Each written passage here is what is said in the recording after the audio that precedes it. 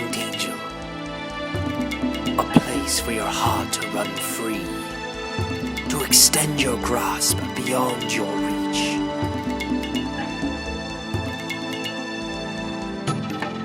He knew it would not be easy, that this journey might be his last.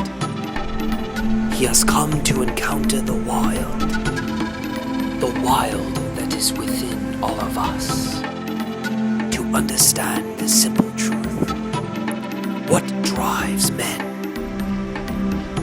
to become something else? Alright, we finally come to the Mount Angel Plains. We're about to go take a little gander. Here we go, come on.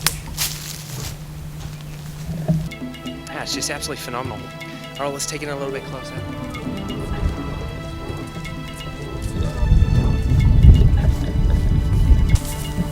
Beautiful. Look at this. Look at it. You get a good look at that? He's coming right up. Now here's a problem here. We got a lot of predators. We've got a lot of predators in this area. If we scan maybe over there in the corner. Oh, he's making his approach here. Watch his approach. He's starting to get down. It's a college student, absolutely. Check it out. Absolutely gorgeous. Now see this gazelle, he knows he's in trouble. Absolutely. See, he knows he's in trouble. And watch him look his head. He's gonna swerve his head right about. Look at that. He knows he's in trouble. He knows he's in trouble. The collegians here are absolutely vicious. They will come out of nowhere. Oh, oh my gosh, there he goes. Absolutely phenomenal. There he goes. Oh my gosh, look at this. Absolutely. Oh my gosh.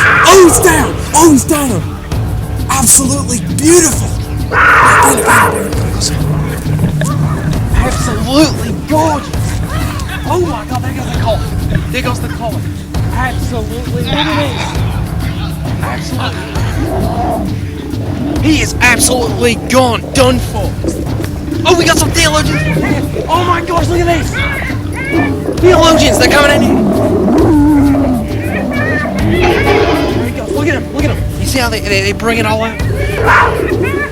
Beautiful. Look at that. You see they come in there, they get the theologian. Much more refined, much more aware of their surroundings. Look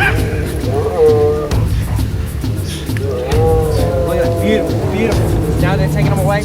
This is absolutely gorgeous. I mean, as you can see, there's tons of wildlife. We're in trouble. We're in trouble here. We're in big trouble. Oh shit!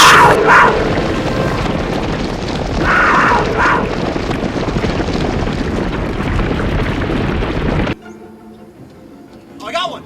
Yeah. Start! Oh man!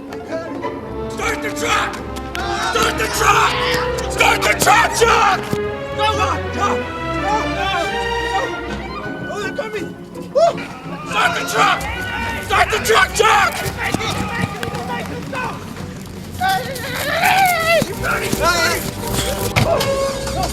Get them out!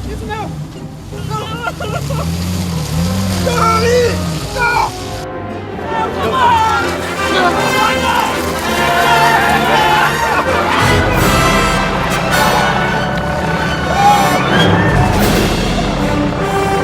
I cannot believe we got out of that one. How did we get out of it? Crazy. I can't believe we got out of that. Absolutely unbelievable. Weren't you just chasing me?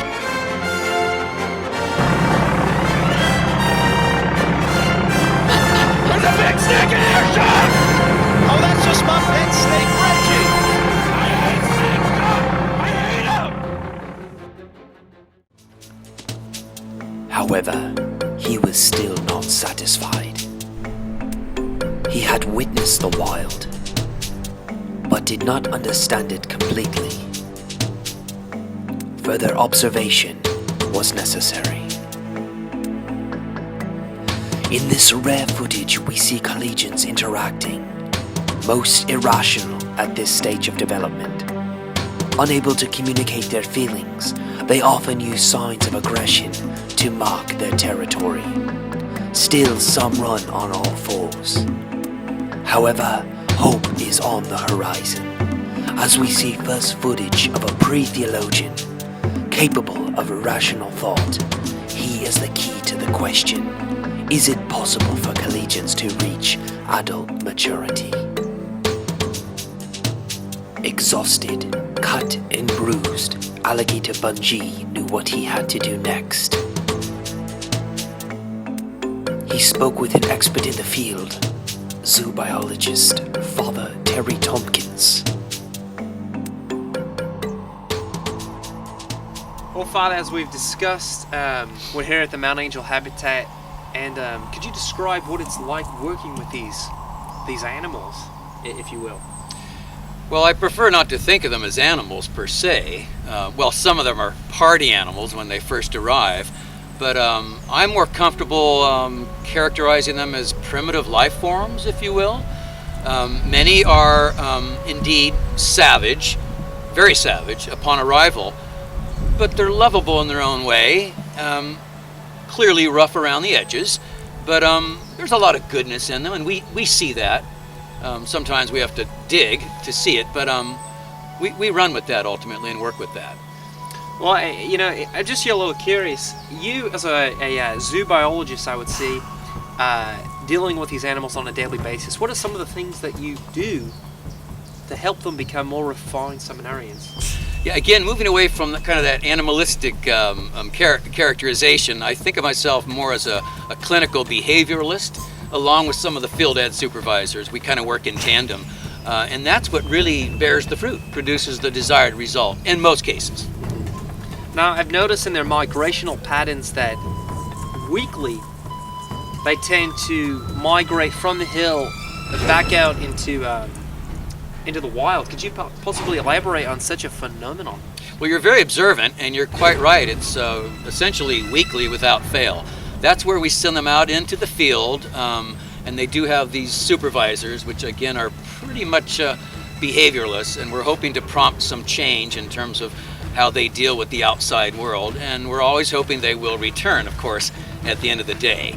Typically, it's the food that brings them back. Well, I appreciate the time, learned so much, and continue to do my studies here on the hill, and I see big future ahead of Mount Angel Seminary. We do as well. Thanks for acknowledging that, and thanks so much for your interest. I appreciate that. You bet. This is the break he was waiting for.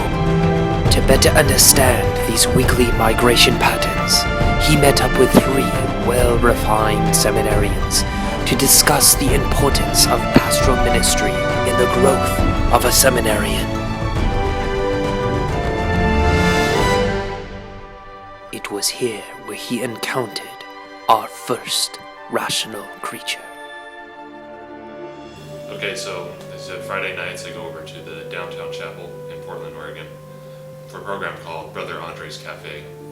And when we get there, we first just eat dinner with the volunteers, and we help build a community there. And then we go downstairs out onto the street, and then we open our doors. And anyone who is hungry and wants a meal, they're welcome to come and enjoy a sandwich, soup, drinks, and fellowship. Well, as a weekend, I help out in the parish as a deacon. So pretty much I serve at all the masses at Christ the King in Milwaukee. That's where I'm assigned right now.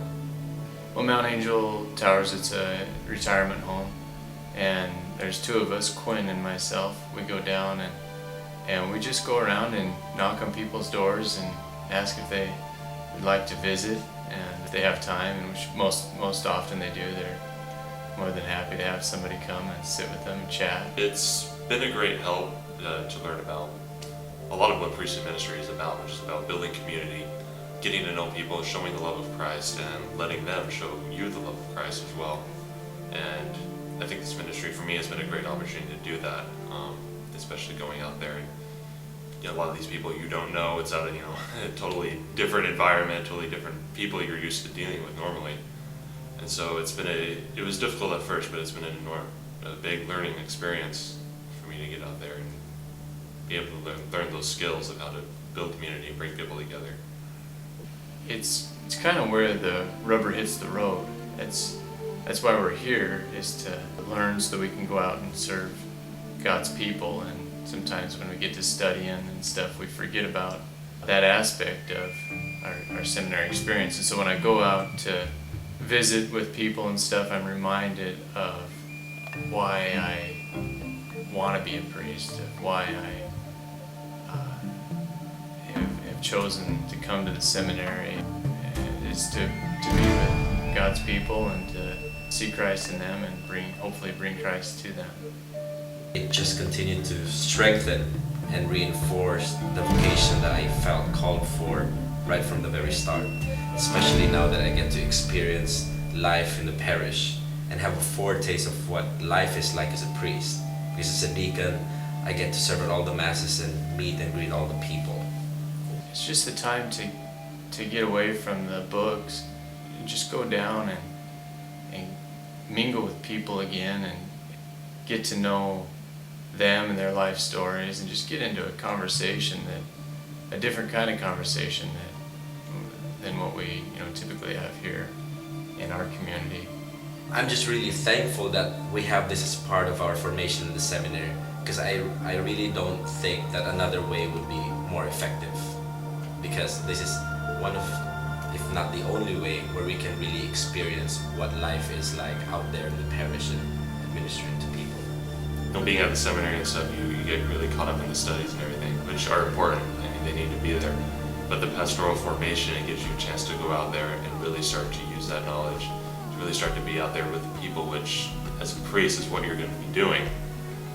So it brings that real practical aspect to everything that I think we need, and we need to be able to learn to deal with that and grow in that aspect. Just the opportunity to be able to experience more concretely what we are preparing to do when we get ordained as a priest. That is something you can never learn in school, in the seminary, unless you really go out there and experience what parish life is like, and just being able to be with parishioners and people in the community. Through these 3 seminarians, I have come to truly love these animals and have a great admiration for all those who work with these beautiful and majestic creatures. So to all you field education supervisors, thank you for all the work you do. And as we say in the land down under, you're all truly gorgeous.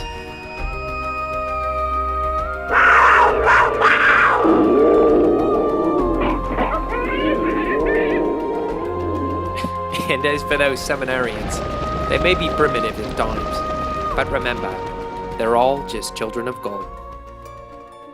Well, as for me, my time in the hill has ended.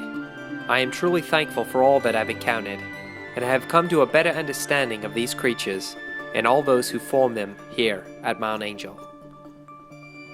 As I look back, it seems to me my journey is over. However, it is just the beginning.